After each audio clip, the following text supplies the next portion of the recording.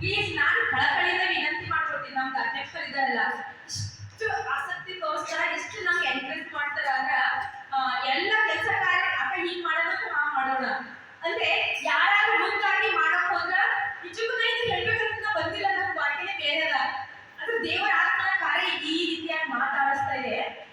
ನಿಮ್ಗೆಲ್ಲ ನೋಡಿದ್ರಿಂದ ಆಸಕ್ತವುಳ್ಳ ಸ್ತ್ರೀಯರಿಗೆ, ಸೊ ಹಾಗಾಗಿ ಯಾರಾದ್ರೂ ಈ ರೀತಿ ಮಾಡೋದು ಒಂದು ವಿಷಯ ನಿಂತುಕೊಂಡ್ರೆ ನೀವು ದೇವರ ವಿಷಯದ ಯಾರು ಏನೇ ಹೇಳಿ ಮುನ್ನುಗ್ರಿ. ಅಲ್ಲೆಲ್ಲ ಐ ಅಕ್ಕಿನ ಐ ಚಪ್ಪನ ಐ ಅದನ್ನ ಇದನ್ನ ಬೇಡ. ಮತ್ತಾಯ ಬರೆದ ಸುವಾರ್ತೆಯಲ್ಲಿ ಏನದ ಅಂದ್ರ ದೇವರ ರಾಜ್ಯಕ್ಕಾಗಿ ದೇವರ ರಾಜ್ಯಕ್ಕಾಗಿ ನೀತಿಗಾಗಿ ತವಕಪಡಿ, ಸಾಕಷ್ಟೇ. ನಿಮ್ಗೆ ನಿಮ್ಮ ಮಕ್ಕಳಿಗೆ ಏನ್ ಬೇಕು, ನಿಮ್ಗೆ ಏನ್ ಬೇಕು, ನಿಮ್ ಗಂಡನಿಗೆ ಏನ್ ಬೇಕು, ನಿಮ್ ಕುಟುಂಬಕ್ಕೆ ಏನ್ ಬೇಕು, ಎಲ್ಲ ದೇವರಿಗೆ ಗೊತ್ತದ.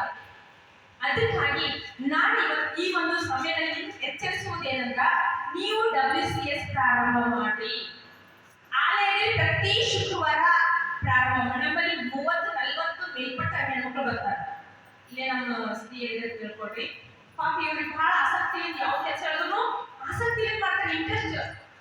ಕರೆ ನಾನು ಯಾಕೆ ಮಾಡ್ಬೇಕು, ನಾನು ಹಂಗೆ ಮಾಡ್ಬೇಕು, ಈಗೋ ಇಲ್ಲ. ಅದಕ್ಕಾಗಿ ನೀವೆಲ್ಲರೂ ಹೆಚ್ಚಿನ ಸಂಖ್ಯೆಯಲ್ಲಿ WCS ಪ್ರಾರಂಭ ಮಾಡಿ. ನಾವು ಯಾವ ರೀತಿ ನಿಮ್ಮಲ್ಲಿ ವಾಕ್ಯ ಹೇಳಾಕ್ತಿದೀವಲ್ಲ, ನೀವು ನಮ್ಮಲ್ಲಿ ಬರಟ್ರಿ. ಅಲ್ಲೆಲ್ಲೂಯಾ, ಆ ದಿನಗಳನ್ನು ಕಂಡುಕೊಳ್ಳೋಣ. ಇನ್ನೊಂದು ಸರಿ ಬಂದಾಗ ಇಲ್ಲಿ ನಾವು WCS ನಡೆಸ್ತಾ ಇದ್ದೀವಿ ಅಂತ ನೀವು ಸಾಕ್ಷಿ ಕೊಡ್ಬೇಕು. ಓಕೆ, ಇವಾಗ ಉಪವಾಸ ದಿನಗಳಲ್ಲಿ ನಾವಿದ್ದೇವೆ.